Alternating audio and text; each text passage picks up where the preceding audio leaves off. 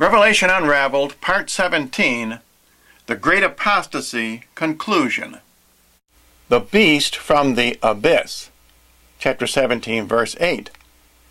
The beast which you saw was, and is not, and shall come up out of the bottomless pit, and go into destruction. And the inhabitants of the earth, whose names are not written in the book of life from the foundation of the world, shall wonder, seeing the beast that was and is not. And here is the understanding that has wisdom. The 7 heads are 7 mountains upon which the woman sits, and they are 7 kings. 5 are fallen, 1 is, and the other is not yet come. And when he shall come, he must remain a short time. And the beast that was and is not, the same is also the 8th, and is of the 7, and goes into destruction.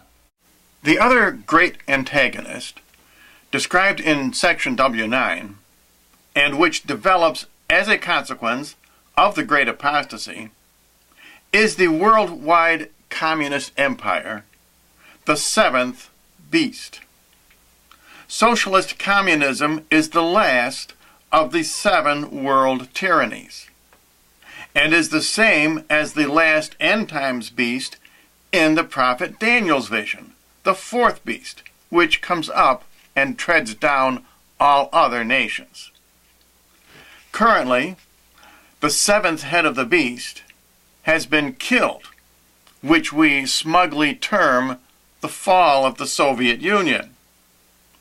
This fall is pure propaganda.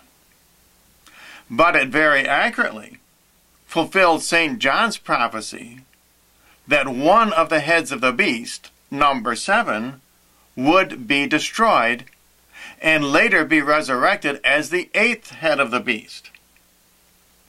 Everyone, except knowledgeable Christians, will be amazed at communism's revival after World War III, and will wonder seeing the beast that was and is not and goes to destruction. The prophecy that one of the heads will be slain refers symbolically to both the first beast from the abyss, world tyranny, as well as to the second beast from the sea, the Antichrist. Chapter 17, verse 12. And the 10 horns which you saw are 10 kings, who have not yet received a kingdom, but shall receive power as kings 1 hour after the beast. These have one design, and their strength and power they shall deliver to the beast. These shall fight with the Lamb, and the Lamb shall overcome them, because he is Lord of lords and King of kings, and they that are with him are called and elect and faithful. And he said to me, the waters which you saw, where the harlot sits, are peoples and nations and tongues. And the 10 horns which you saw on the beast, these shall hate the harlot, and shall make her desolate and naked, and shall eat her flesh, and shall burn her with fire. For God has given into their hearts to do that which pleases him, that they give their kingdom to the beast, till the words of God be fulfilled. And the woman which you saw is the great city, a kingdom which has dominion over the kings of the earth. The 10 horns on the beast of St. John's vision represent a 10-nation confederacy, probably the new godless European Union, which also resents capitalists' control of the world economy. They will support communism's military conquest of capitalism, but their real goal is the end of Christianity. The Antichrist's one-world tyranny and one-world religion will succeed in destroying all visible, at least outwardly visible, traces of the church.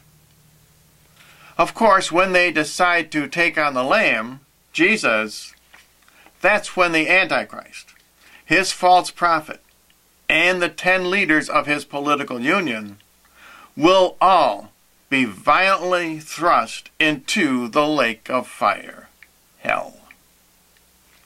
The 10 horns, or 10-nation confederacy, are derived primarily from the ancient Roman Empire. But since 10 is a complete number in prophecy, it means that all the nations of the world will be unified into a one-world tyranny.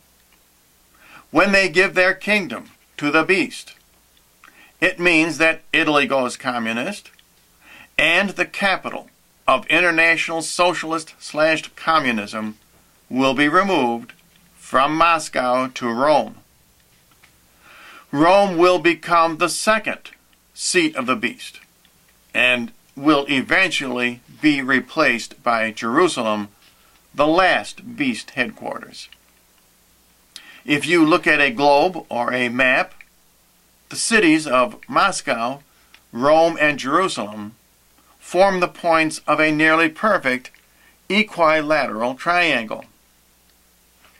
We are beginning to understand that there really is a chronological sequence to the book of Revelation after all. The great apostasy builds from the early martyrs to the heresies of Luther and Henry VIII, to the Fatima warnings, to worldwide electronic communication, to Hitler's Nazi dictatorship, and finally to the spread of communism. In the original text, these events are scattered throughout. But when we read them in the correct ROC chart, St. John's cryptogram, their succession seems almost inevitable. The next 9 segments, which are led off by the Red Horsemen of War, describe in more detail the Great War, World War III, between communism, the beast from the abyss, and capitalism, the harlot. St. John writes more about this cataclysmic event than any other in the entire book of Revelation. God allows this horrible chastisement on humanity because we refuse to renounce apostasy and the fruits thereof, particularly abortion, the innocent blood which cries out to God for revenge.